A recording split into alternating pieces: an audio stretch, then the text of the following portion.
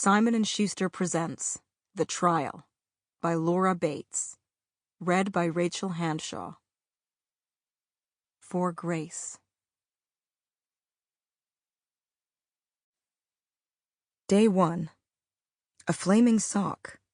It seems like such a ridiculous thing, but that's what Haley is looking at as she lies flat on her back, staring at the bright blue sky. A smoldering gym sock, twirling in slow motion, trailing a smudge of smoke as it floats gently down towards her. Haley tries hard to swallow, but there's something wrong with her throat, with her eyes. She can't move her arms or her legs. She isn't meant to be here. This isn't right. Concentrate, Haley. You aren't here. You can't be. You're on a plane. Think back. Bing. The seatbelt signs were turned off, and Brian was first out of his seat, lumbering down the aisle towards the restroom next to the cockpit. The back of his neck looked even paler than usual beneath his ruddy curls, freckles standing out like a smattering of fawn paint drops flicked off a brush. "Actually, Brian, please take your seat for a moment." Coach Erickson ushered him back towards the rest of the team.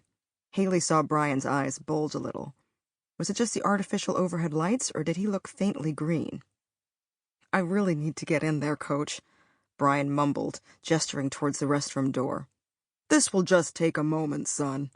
Coach Erickson grinned, clapping his weathered hands to attract everyone's attention.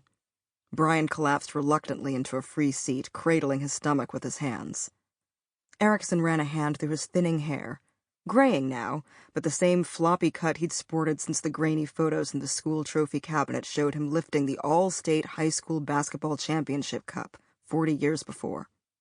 His face had leathered since, decades of working outdoors sending tiny red thread veins crisscrossing his nose, so he looked permanently flushed with enthusiasm.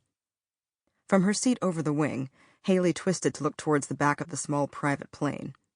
May and Jessa were fast asleep, their backs pressed together, knees drawn up. May's glossy black hair spilling forward over a blanket clutched in her arms, Jessa's long plump twists hanging over May's chest, as her head lolled back onto her best friend's shoulder.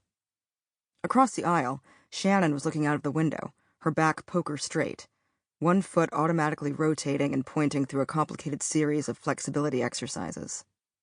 The boys looked vaguely disinterested. Jason was lounging back in his seat with his legs stretched out across the aisle, playing a game on his phone.